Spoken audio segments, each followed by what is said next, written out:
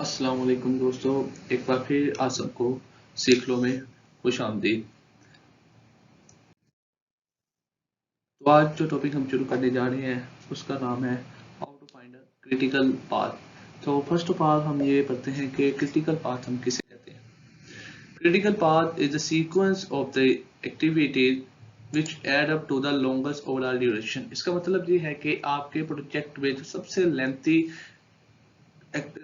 Sequence of activities होता है उसे हम कहते हैं क्रिटिकल पाथ। और इसको कंप्लीट करने के लिए हमें टाइम सबसे लोवेस्ट होता है हमारे पास, मतलब हमें सबसे शॉर्टेस्ट टाइम के अंदर हमें इसको कंप्लीट करना होता है, क्योंकि अगर इसमें ज़रा सा भी डिले हो गया तो हमें वो कंप्लीशन डेट में देर कर देगा और वो हमें बहुत कॉस्टली भी पड़ेगा साथ। And there is the no float on the critical path. तो what is the float?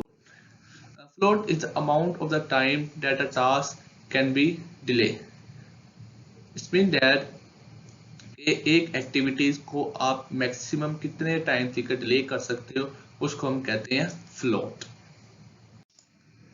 Now this is the chart of a project which has the three columns.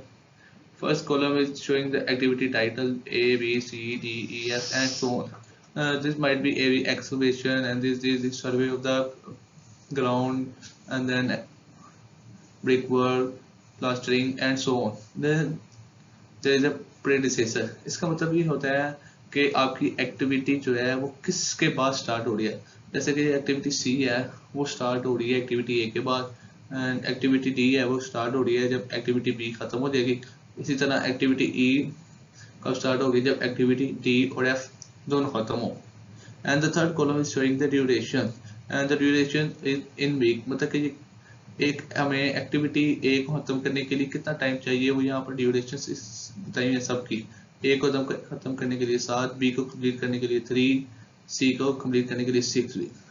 Now we should draw the node diagram to find the critical path. Node diagram का मकसद क्या होता है? Node diagram हमें overall relation बताता है project की तमाम एक्टिविटीज के दरमियान। जैसे कि देखें, सबसे पहले एक्टिविटी क्या है? ए और बी। सिमिलरली हमको ए को और बी को दोनों को एक ब्लॉक में शो कर दिया। नेक्स्ट इज एक्टिविटी सी, जो कि स्टार्ट हो रही है किसके बाद? एक्टिविटी ए के साथ। तो हमने एरो से शो कर दिया एक्टिविटी ए कंप्लीट होने के बाद कौन सी एक्टिविटी शुरू होगी? Activity C. And similarly activity G कब स्टार्ट होगी? जब एक्टिविटी सी कंप्लीट होगी। And so now this is showing that activity D and activity F दोनों कब स्टार्ट हो रही हैं? After B. सो हमने इनको दो एरो के साथ शो कर दिया, जो कि दोनों कब स्टार्ट होगी? जब एक्टिविटी बी खत्म होगी। नेक्स्ट एक्टिविटी ई कब स्टार्ट हो रही है? जब एक्टिविटी डी और एफ खत्म होनी है। एंड एक्टिविटी एच कब स्टार्ट होगी? जब दोनों एक्टिविटी जी और ई हमारे पास कंप्लीट हो जाएंगी और एच हमारे पास क्या है? सबसे लास्ट एक्टिविटी है।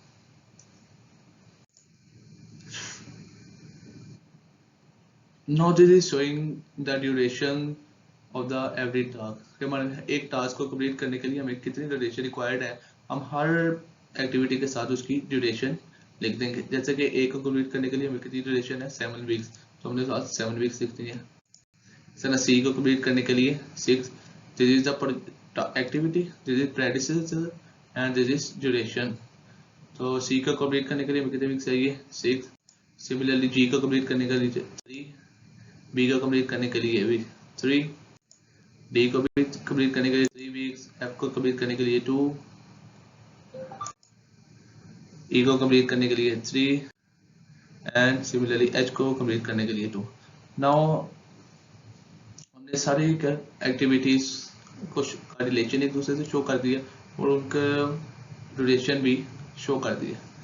Now to find a critical path method, our first step is the forward pause to find the early dates. हमें at is as soon as possible हमारा प्रोजेक्ट कितनी जल्दी कंप्लीट होगा। So now if we start the project there is no week path, तो हमने क्या किया? Current week को 0 वीक से शो कर दिया। एक्टिविटी ए की लेंथ कितनी है? 7 वीक, 7 + 0 7। तो एक्टिविटी सी कब स्टार्ट हो रही है? एक्टिविटी ए के बाद तो हमारे पास 7 वीक कंप्लीट हो चुके हैं, 7 जमा 6 ना। इसी तरह जी कब स्टार्ट होगी, सी के बाद, लेकिन टोटल वीक्स कितने हो चुके हैं हमारे पास 13, और जी की ड्यूरेशन कितनी है 3, 13 + 3 16।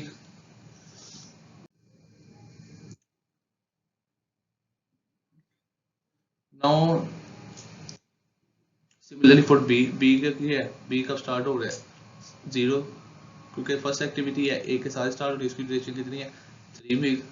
डी कब स्टार्ट होगा, डी और एफ दोनों कब स्टार्ट होंगे, जब बी खत्म होगा, तो बी कब 3 हफ्तों बाद खत्म होना है, तो दोनों का स्टार्ट टाइम क्या है 3 वीक्स, तो 3 + 3 6 and 3 + 2 5। Now this is the main point, which value we have the select from the previous 2 activities। अब एक्टिविटी ए तब स्टार्ट होगी जब एक्टिविटी टी और एक्टिविटी एफ दोनों खत्म हो रही है, इसका मतलब कि दोनों का फिनिश होना लाजमी है, जबकि एक्टिविटी एफ खत्म हो रही है फर्स्ट 5 वीक में और एक्टिविटी टी खत्म हो रही है 6 वीक में, तो ये कब ई तो तभी स्टार्ट करेंगे जब दोनों कंप्लीट हो जाएगी। तो दोनों कब कंप्लीट होगी, एफ पहले हो रही है डी बाद में हो रही है, इसका मतलब 6 वीक से अब कंप्लीट होंगे तो हमारे पास दोनों एक्टिविटी क्या हो जाएगी कंप्लीट हो जाएंगी, और हम क्या लेंगे 6 को लेंगे, या 6 हमने 6 आगे पिक करेंगे, 6 वीक कंप्लीट हो गया, 3 वीक्स की ई की ड्यूरेशन, तो 6 + 3 = 9। And similarly what we do for H, same procedure. H कब स्टार्ट हो रहा है, जब ई और जी दोनों खत्म हो गई हैं एक्टिविटीज, तो 16 weeks, after 16 weeks the both the activities E and G will be finished, so we will pick the 16, so 16 + 2 = 18, so this is our total duration to complete the project। हमें 18 वीक चाहिए इस project को complete करने के लिए। now we will move backward, the backward path to find the late days, के मतलब हम किसी भी एक्टिविटीज को मैक्सिमम कितना डिले कर सकते हैं, या हम दूसरे पार्ट में उसका फ्लोट कितना फ्लोट होगा उसका। तो एक्टिविटीज टास्क कब हमें कंप्लीट चाहिए विद इन 18 वीक्स, तो we start with the 18 weeks, तो 18 - 2 16, because H has a duration of 2 weeks, 18 - 2 16, then 16 will move toward both G and E, 16 - 3 13, and similarly 16 - 3 13. This is the same procedure as we done in the forward pass method, but in this method you have to select the lowest one. I will explain in later. And as we see, activity E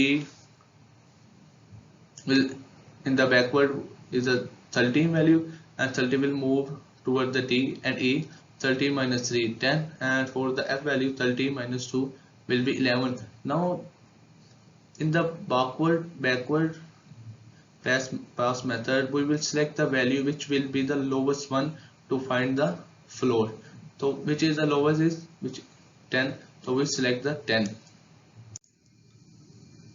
here, 10 - 3 is the 7, तो इसके हमें ये बता रहा है कि B को हम मैक्सिमम कितना डिले कर सकते हैं 7 weeks. Okay, now for the after G, मतलब backward to the G there is a C activity, 13 will move backward, 13 - 6 will be 7, and 7 will be move backward toward A, so 7 - 7 0, which this is showing that to complete the activity there is the no time float in this path, but this path is showing that there is no float in this path, and the path which has no float is called critical path।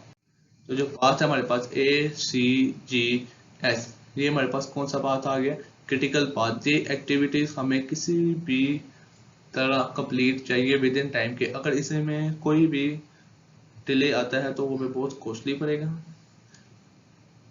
तो ये था आज का हमारा topic, उम्मीद है आपको समझ लगी होगी। इंशाल्लाह नई वीडियो में आपसे मुलाकात होगी, तब तक के लिए खुदा हाफिज।